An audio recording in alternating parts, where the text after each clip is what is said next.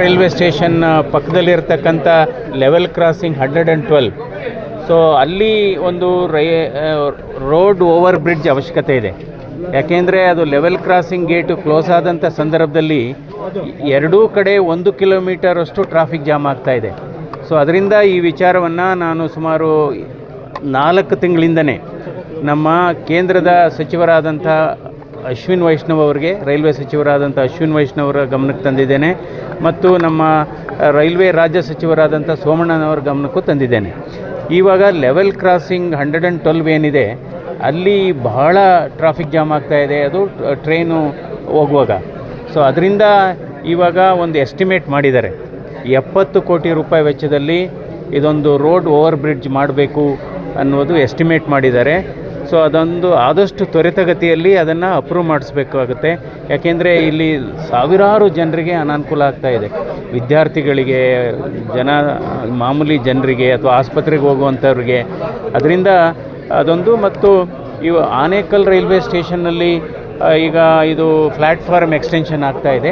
ಅದ್ರ ಕಾಮಗಾರಿ ಮುಗಿದು ಇನ್ನೊಂದು ವಾರದಲ್ಲಿ ಅದು ಕಂಪ್ಲೀಟ್ ಆಗುತ್ತೆ.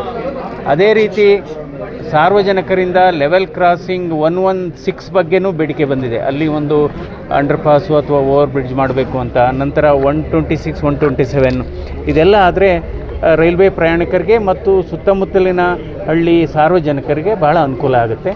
ಸೊ ಆದಷ್ಟು ಈ ಲೆವೆಲ್ ಕ್ರಾಸಿಂಗ್ 112 ಏನಿದೆ ಮೇಜರ್ ಅದೇನೆ. ಸೊ ಅದ್ರ ಬಗ್ಗೆ ನಾನು ರೈಲ್ವೆ ಸಚಿವರ ಗಮನಕ್ಕೆ ತರ್ತೇನೆ. ಆದಷ್ಟು ಬೇಗ ಅದನ್ನು ಅಪ್ರೂವ್ ಮಾಡಿಸಿ ಅದರ ಕಾಮಗಾರಿಯನ್ನು ಪ್ರಾರಂಭ ಮಾಡಲಿಕ್ಕೆ. 15 ವರ್ಷಗಳಿಂದ ಇದೇ ರೀತಿ ಅಧಿಕಾರಿಗಳ ಹತ್ರ ಈ ಹಿಂದೆ ಕೂಡ ಮಾಜಿ ಕೇಂದ್ರ ಸಚಿವ ನಾರಾಯಣ ಸ್ವಾಮಿ ಅವರು ಕೇಳಿದರು, ಹಾಲಿ ಶಾಸಕರು ಶಿವಣ್ಣವರು ಕೇಳ್ತಾರೆ.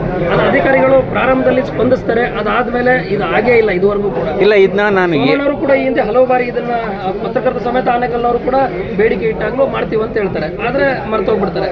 ಇದನ್ನ ದಿನ ಹೆಚ್ಚು ಕಡಿಮೆ ಒಂದು 20 ರಿಂದ 22 ಸಾವಿರ ವಾಹನಗಳಿದೆ ರಸ್ತೆಯಲ್ಲಿ ಓಡಾಡ್ತಾರೆ. ಇದನ್ನು ಸರಿಪಡಿಸಲ್ಲ ಅಂತೇಳಿ ಅಧಿಕಾರಿಗಳು ಏನು ರೀಸನ್ ಏನು ಹೇಳ್ತಾರೆ? ಇಲ್ಲ, ಇವಾಗ ಇದು ಅಂತಿಮ ಹಂತಕ್ಕೆ ಬಂದಿದೆ.